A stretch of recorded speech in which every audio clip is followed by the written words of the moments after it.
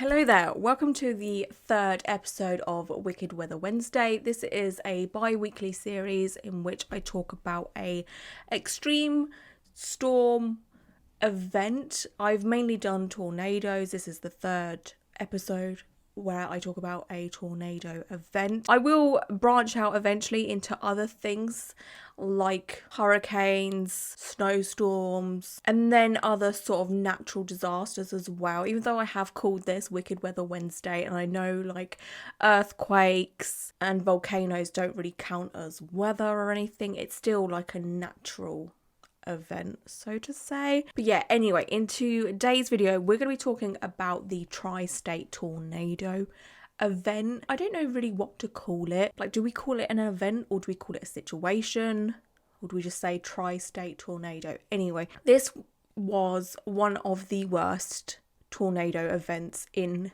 history. It's the second most deadliest tornado ever since like records began, and this was also the most deadliest tornado to ever happen in the US. What happened here on March 18th, 1925 is unique. On that day, the worst tornado in American history devastated the Midwest.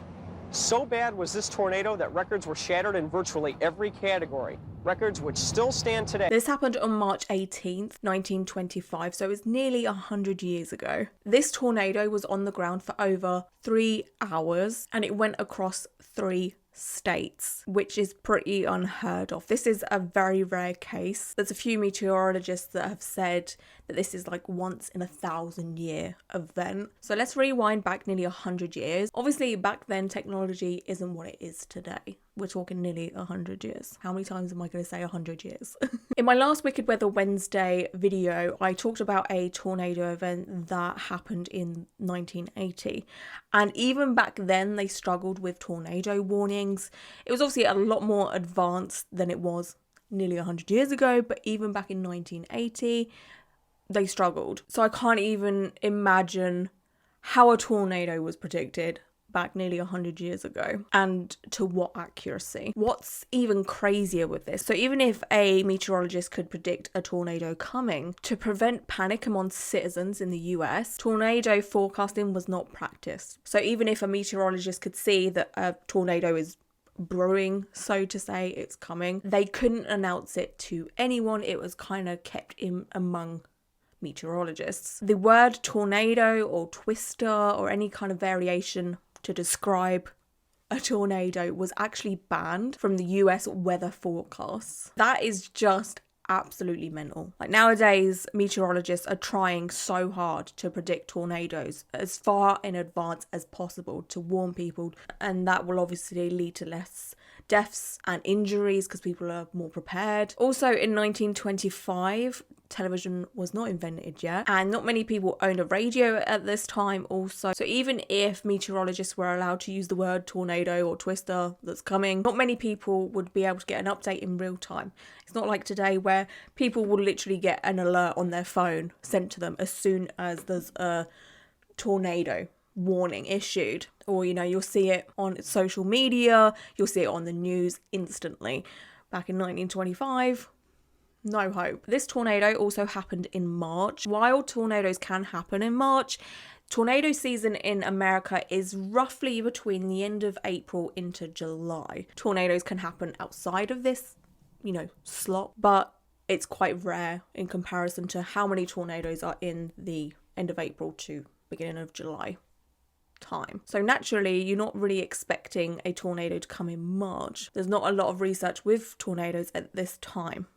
But I'd imagine if you live in an area where tornadoes are quite prevalent, you would kind of estimate when they're coming. You after living in that area for a while, you'll know that tornadoes are more popular or more frequent at a certain time of year. So let's talk about how all of this began. The tornado started in a small town in Ellington in Missouri. Ellington is now quite a small town with a population of 1.2k people. The area looks absolutely gorgeous. I've seen a few photos of it while doing research and I was like, wow, it has loads of springs and nature walks. Anyway, back to March 18th, 1925. Like most tornadoes, a storm comes first. You'll get the thunder, the rain, lightning, and a bit of wind. So that kind of started to roll on in around about midday. At around 1 p.m, the tornado touched ground, and some of the residents described it as a dark, smoky fog. Like I was saying before, the residents had absolutely no idea this was coming, so everyone was going about their day as normal. This also happened on a Wednesday, and at 1 p.m, everyone is going to be at school, work, so a lot of buildings had a lot of people sort of congregated in together. The tornado that was formed was an F5, which is the strongest, most powerful tornado you can get on the Fujita scale. The Fujita scale wasn't actually invented until 1971 by a man called Ted Fujita. This was invented so the tornadoes can be categorized because it comes in F0, F1, F2, F3, F4, F5, and F0 is quite a weak tornado. Wind speeds aren't that strong in comparison to an F5, where wind speeds can get up to like 300 miles per hour.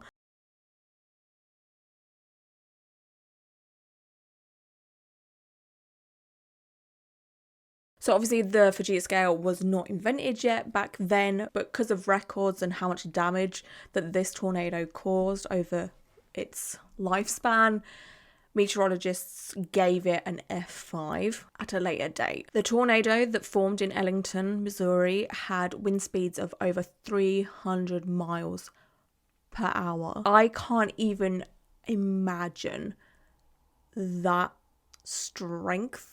Like, how does anything have a chance to stand against that? I don't know.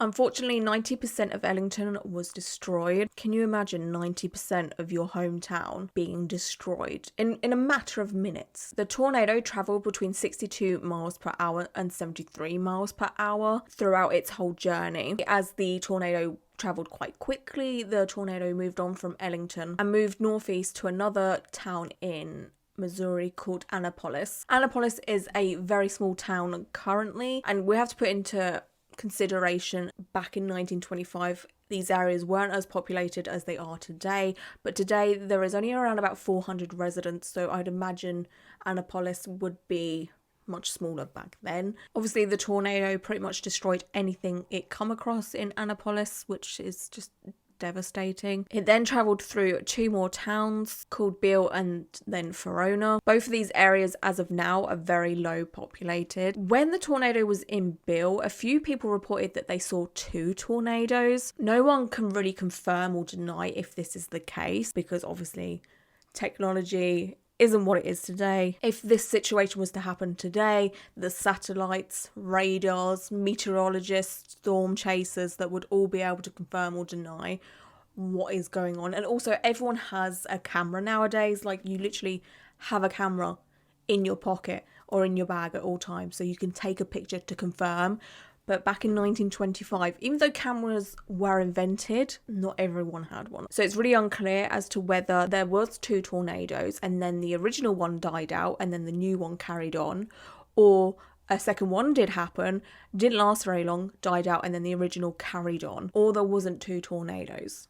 There's absolutely no record or way to prove this. Whatever happened, a tornado did carry on from this point onwards and caused a lot more damage to a vast area. During its time going through Missouri, unfortunately the F5 tornado killed 11 people and injured many. It also destroyed a lot of homes, businesses, and really ruined people's lives. The tornado then travelled over the Mississippi River and into southern Illinois. The first sort of populated area that the tornado hit in Illinois is a town called Gorham, and it hit around about 2:30 p.m. At the time, Gorham was a town of around about 500 people. Unfortunately, this tornado killed 37 people and injured 250 people. At this point, the tornado was so strong, it destroyed the whole of Gorham. The whole town was completely flattened. After travelling through Gorham, the tornado then hit a city called Murfreesboro. At this point,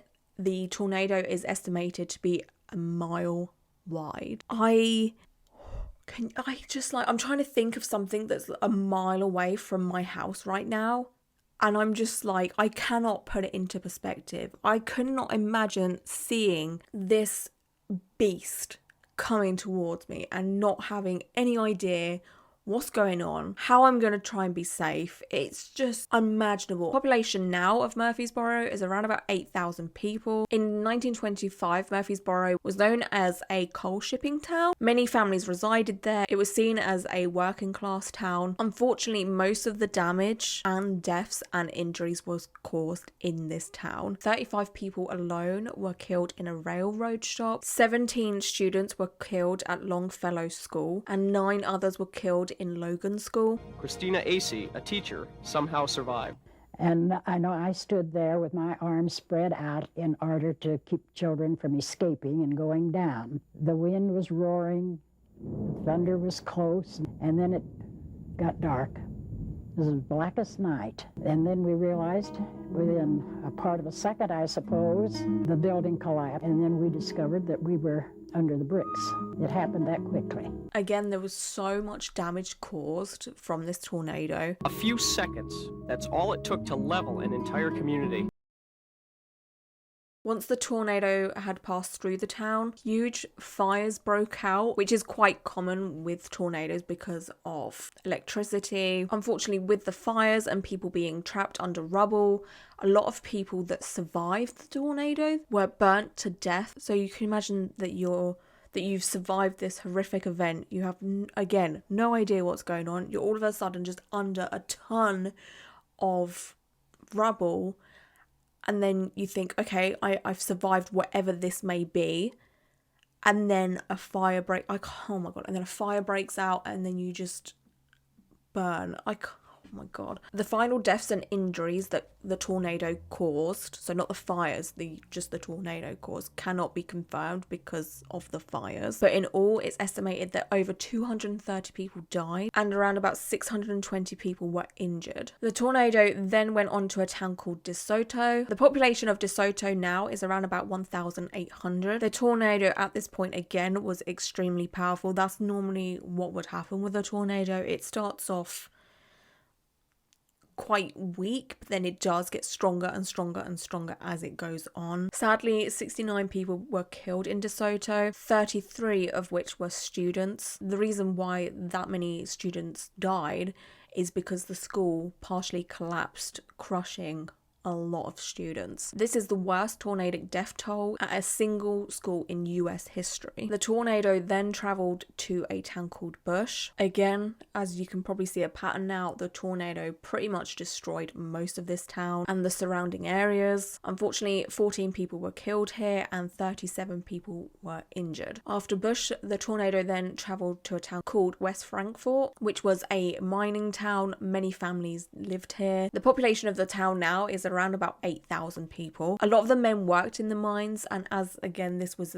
on a Wednesday afternoon, most of them were at work in the mines. Like a lot of severe storms, the power does go out because power lines are knocked out or destroyed. When the power went out for the miners, they went to inspect what was going on, and then they come out of the mine to see everything around them was completely destroyed. Sadly, 148 people died in West Frankfort and around about 400 people were injured. As most of the men were working in the mine at the time, and they were safe because they were sort of underground in a mine, the majority of people that were killed and injured were women and children. The next town that fell victim to the tornado was a town called Parrish. Again, the whole town of Parrish was destroyed. 60 people were injured and 33 people were killed. The damage was so bad for Parrish that the residents decided not to rebuild, which is quite rare. I've talked about this in my other 2 videos where a tornado will hit an area or areas and the residents will rebuild. And I believe the town of Parrish was quite small anyway, so most of the residents decided to just move out to another town nearby and start their life all over again. The tornado then travelled through the countryside, just hitting farmland. Obviously in this area there wasn't that many buildings. There was a few odd businesses here and there, farmhouses, houses. Anything the tornado come into contact with, it completely destroyed. While it took this path through the countryside, it caused 64 deaths and injured 140 people. The tornado then landed in the state of Indiana. The first town that the tornado come across in Indiana was a town called Griffin. Griffin was a small populated town. It still is today. Like other towns that I've mentioned so far, Griffin was no exception, and the tornado completely destroyed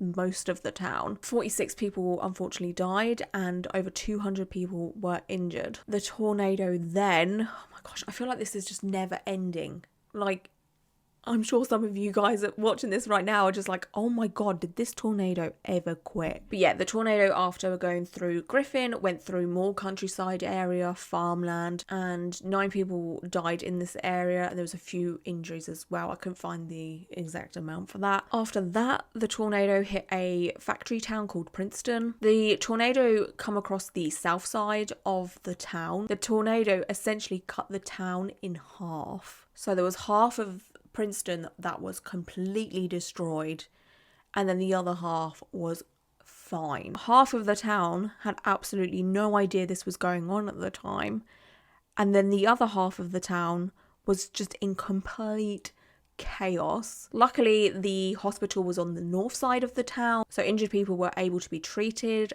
but with that being said, the hospital had no idea this was coming, and the staff had no idea what was going on. They were like, why is there so many people being brought in that are injured? And this caused a lot of chaos within the hospital. Staff were very overwhelmed by the whole thing. Unfortunately, 45 people were killed in Princeton and over 150 people were injured. Thankfully, Princeton was the last town that the tornado went through. It kind of went through Princeton, carried on. It started to weaken, and then it finally dispersed at 4:30 p.m. In total, the tornado travelled 219 miles. Many eyewitnesses and survivors of the tornado described the tornado to be very, very loud. People were saying it roared, or it sounded like an extremely loud train. Some people said they could see the funnel of the tornado, and others said it just looked like a smoke cloud. I'd imagine when the tornado first started off, you could kind of see the definition of it, but as it moves on, it picks up loads of debris. That's when tornadoes end up growing in size and looking absolutely massive, because it's got all of this stuff going around it. People witnessed trees, roofs, huge chunks of buildings being picked up and then thrown around and then scattered everywhere. In total, unfortunately, nearly 700 people died and over 2,000 people were injured. A lot of deaths weren't caused by the tornado per se. It was more of the effect of the tornado, so people would have survived, but they would be stuck under rubble, and they would be stuck under there for hours and days. A lot of people died also because they were severely injured and they just couldn't get medical help on time. It took a lot longer to do search and rescue. If a tornado of this scale was to happen today, like I've said, there's a lot more research, there would be a lot more warning, so people would be able to take shelter and take the right precautions. So that would result in less deaths and less injuries.